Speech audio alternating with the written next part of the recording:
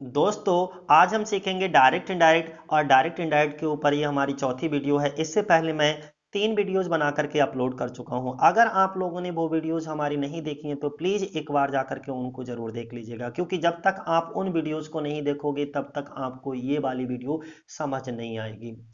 और उन वीडियोस में मैंने आपको डिस्कस किया था कि किसी भी असर्टिव डायरेक्ट स्पीच को इनडायरेक्ट स्पीच में कैसे कन्वर्ट करते हैं। ओके, और कुछ बेसिक रूल्स को। लेकिन आज की वीडियो में हम लोग डिस्कस करने जा रहे हैं इंट्रोगेटिव सेंटेंस। अगर कोई भी इंट्रोगेटिव सेंटेंस है तो उसका डायरेक्ट स्पीच से इनडायरेक्ट स्पीच में हम कैसे कन्वर्ट करेंगे। इसके बाद सबसे पहले तो हमें पता होना चाहिए कि इंट्रोगेटिव सेंटेंस को हम कैसे पहचानें, ये इंट्रोगेटिव सेंटेंस है कि नहीं। तो इंट्रोगेटिव सेंटेंस को पहचानने के लिए ये या तो हमारा हेल्पिंग वर्ब से शुरू हो रहा होगा या हमारा क्वेश्चन वर्ब से शुरू हो रहा होगा, और खत्म किस पर हो रहा होगा? क्वेश्चन मार्क पर। अब ये हेल्पिंग वर्ब क्या होती है? Do, does, did, is, are, am, was were, has, have, had, will, would, can, could, may, might, use to, dare, need, must, ought to, ये सभी हमारी क्या होती हैं? हेल्पिंग वर्ब होती हैं। और क्वेश्चन वर्ड क्या होते हैं? ऐसे शब्द जिनकी शुरुआत WH वर्ड से हो वो सभी हमारे क्वेश्चन वर्ड होते हैं, जैसे व्हाई, वेयर, व्हेन, हु, हुम, हुज, विच, हाउ, etc। तो इंट्रोगेटिव सेंटेंस क्या है? इंट्रोगेटिव सेंटेंस या तो हमारा हेल्पिंग वर्ब से शुरू हो रहा होगा या हमारा क्वेश्चन वर्ड से शुरू हो रहा होगा, और खत्म किस पर हो रहा होगा? क्वेश्चन मार्क पर। यही हमारी पहचान होती है। देखो, ये कैसे शुरू हो रहा है? हेल्पिंग वर्ब से, और खत्म किस पे हो रहा है? क्वेश्चन मार्क पर। तो ये कौन सा वाक्य है हमारा? इंट्रोगेटिव का है। अब हमने इतना तो पहचान लिया, ये रिपोर्टेड स्पीच हमारा इंट्रोगेटिव में है। अब हम इसे इनडायरेक्ट स्पीच में कैसे कन्वर्ट करें? देखो, यहां पर भी कैसे शुरू हो रहा है? क्वेश्चन वर्ड से। खत्म किस पे हो रहा है? क्वेश्चन मार्क पर। तो ये भी हमारा इंट्रोगेटिव है। तो सबसे बड़ी चीज हमको ये पहचान तो पता चल गई कि इंट्रोगेटिव सेंटेंस जो है वो क्या होता है। अगर हम बात करें तो इसमें सबसे अच्छी बात ये होती है, या तो ये हेल्पिंग वर्ब से शुरू होंगे या ये क्वेश्चन वर्ब से शुरू होंगे, और खत्म किस पर होंगे? Question mark. और क्वेश्चन मार्क को देख करके हम तुरंत पहचान जाएंगे कि ये वाक्य हमारा इंट्रोगेटिव है। इसको बनाने के लिए सबसे पहला रूल ये है कि सैड या सैड टू के स्थान पर, अगर मान लीजिए आपने ये पहचान लिया कि वाक्य इंट्रोगेटिव है, तो अब हम जैसे असर्टिव में सैड का सैड रहता था, सैड टू का टोल्ड हो जाता था, सेज का सेज, सेज टू का टेल्स हो जाता था। लेकिन अगर वाक्य हमारा इंट्रोगेटिव है तो इंट्रोगेटिव में सैड या सैड टू के स्थान पर या तो हम आस्क्ड लगाएंगे या हम इंक्वायर्ड लगाएंगे। क्या लगाएंगे? आस्क्ड या इंक्वायर्ड। और ये जो क्वेश्चन मार्क होता है, क्वेश्चन मार्क को हटा करके उसके स्थान पर हम क्या लगा देते हैं? फुल स्टॉप लगा देते हैं। इतना क्लियर हो गया। अब दूसरा रूल क्या कहता है हमारा? यदि रिपोर्टेड स्पीच हमारा हेल्पिंग वर्ब से शुरू है, फिर दी दो ही रूल इंट्रोगेटिव में याद रखना, बस इंट्रोगेटिव सेंटेंस बनाना आ गई, बिल्कुल घबराने की जरूरत नहीं है।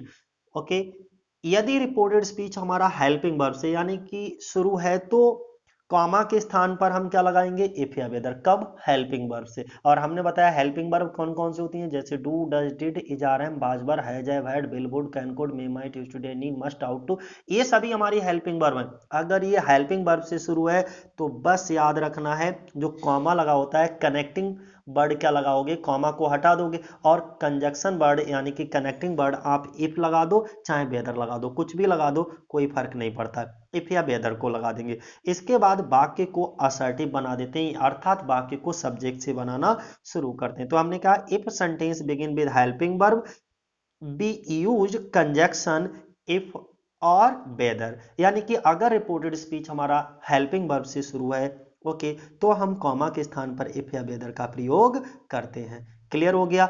अब दूसरा रूल क्या है?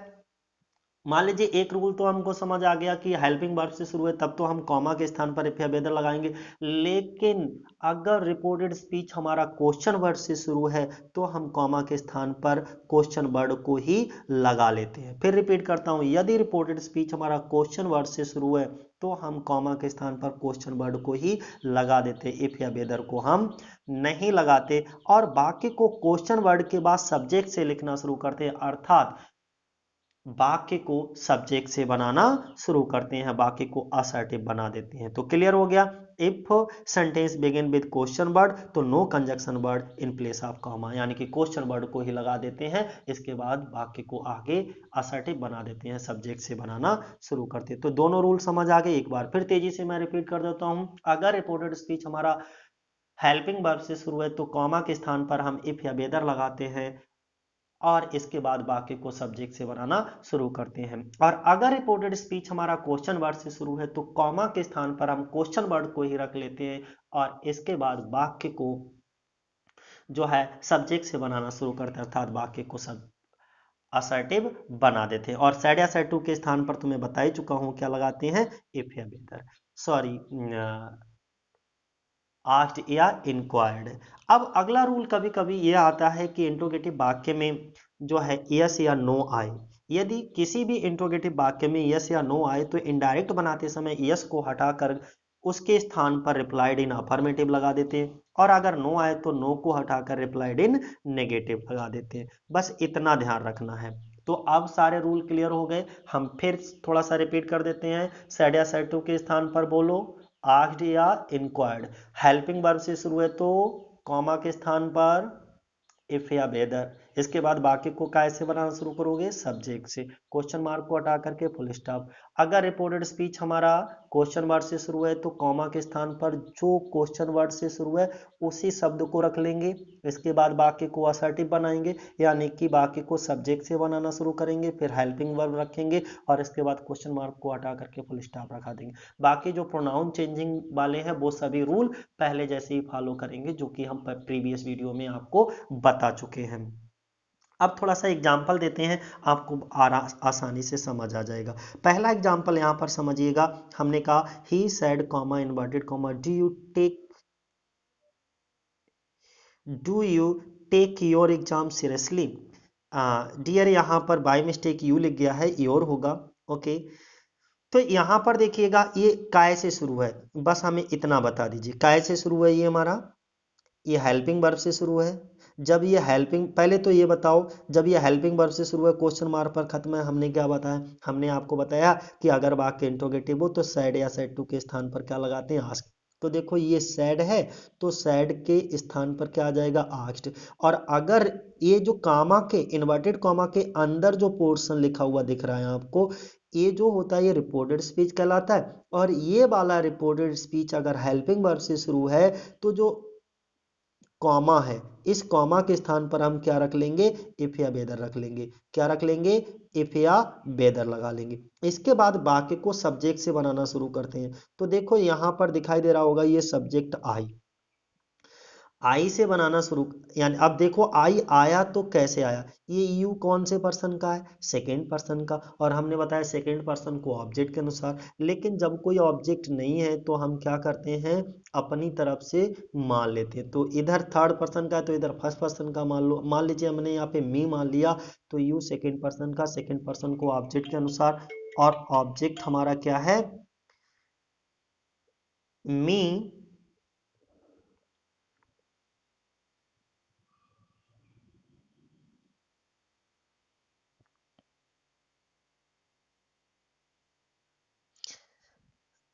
अब यहां पर देखिए अपने आप समझ आ जाएगा आपको मैंने क्या बताया था कि आई, यू सेकेंड, तो हमने कहा मी मान लिया और मी का यहां पर सब्जेक्ट क्या हो जाएगा, आई।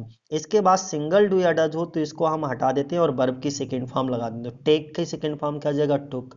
यहाँ पे मैंने क्या बताया, ईयोर होगा। जब ईयोर है तो हमने ऑब्जेक्ट क्या माना, मी। तो मी का जब ऊपर पजेसिव केस तो नीचे भी पजेसिव केस आना चाहिए। तो मी का क्या हो जाएगा, माई एग्जाम सीरियसली, और क्वेश्चन मार्क ये हट करके क्या लग जाएगा, फुल स्टॉप। क्लियर है। नेक्स्ट एग्जाम्पल देखो समझाते हैं आपको। नेक्स्ट एग्जाम्पल में क्या बात कही गई है, जैसे यहां पर कहा गया है,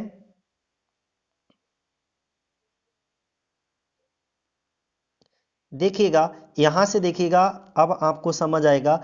father said do you know we have got another opportunity.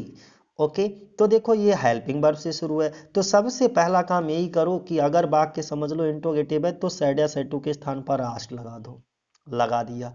लेकिन देखो ये कह किससे रहा है, अपने पुत्र से कह रहा है, तो आप उसका नाम भी लिख, यहाँ पे मैंने क्या, फादर सेड टू मी लगा सकते हो, father said to his son object रख सकते हो। ओके, कुछ भी रख लो। फिर कॉमा के स्थान पर क्या आ गया, इफ या बेदर आ गया। यू कौन से पर्सन का, सेकंड, सेकंड पर्सन को ऑब्जेक्ट, ऑब्जेक्ट क्या है, हिज सन है। सन कोई लड़का है तो उसके लिए क्या आ जाएगा, ही आ जाएगा।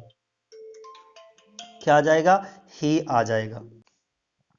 तो दोस्तों यहाँ पर देखिएगा हमने क्या बताया था। अब यहाँ पर आपका थोड़ा सा हम स्क्रॉल करते हैं नीचे के लिए। ही सेकेंड पर्सन, सॉरी यहाँ पर यू कौन से सेकेंड पर्सन, सेकेंड पर्सन को ऑब्जेक्ट, ऑब्जेक्ट हमने कहा सन मान लिया, सन का क्या हो गया यहाँ पर अब ही। अब देखो डुअर सिंगल डुअर डज आए, सिंगल डुअर डज को हम हटा देंगे और ये वर्ब की फर्स्ट फॉर्म है, इसको वर्ब की सेकंड फॉर्म में चेंज कर देंगे। Be first person, first person को वैसे तो हम सब्जेक्ट के अनुसार चेंज करते हैं, लेकिन यहाँ पर फादर और सन दोनों अपने आप को रिप्रेजेंट करेंगे, इसीलिए दे में चेंज हो जाएगा, यानी कि they had got another opportunity. अगला देखिएगा नेक्स्ट हम I said to him comma inverted comma do you know how to speak English. तो ये वाक्य हमारा कैसे शुरू है, वाक्य हमारा हेल्पिंग वर्ब से शुरू है, तो सेड या सेड टू के स्थान पर आस्क्ड, इसके बाद कॉमा के स्थान पर इफ या वेदर, इसके बाद आगे देखो यू कौन से पर्सन का, सेकंड, सेकंड पर्सन को ऑब्जेक्ट के अनुसार, ऑब्जेक्ट हमारा हिम का क्या हो जाएगा सब्जेक्टिव केस ही, और हमने सिंगल डू या डज होगा तो उसको हटा दो, वर्ब की सेकंड फॉर्म लगा दो, तो देखो नो का knew, how to speak English, और क्वेश्चन मार्क को हटा करके फुल स्टॉप।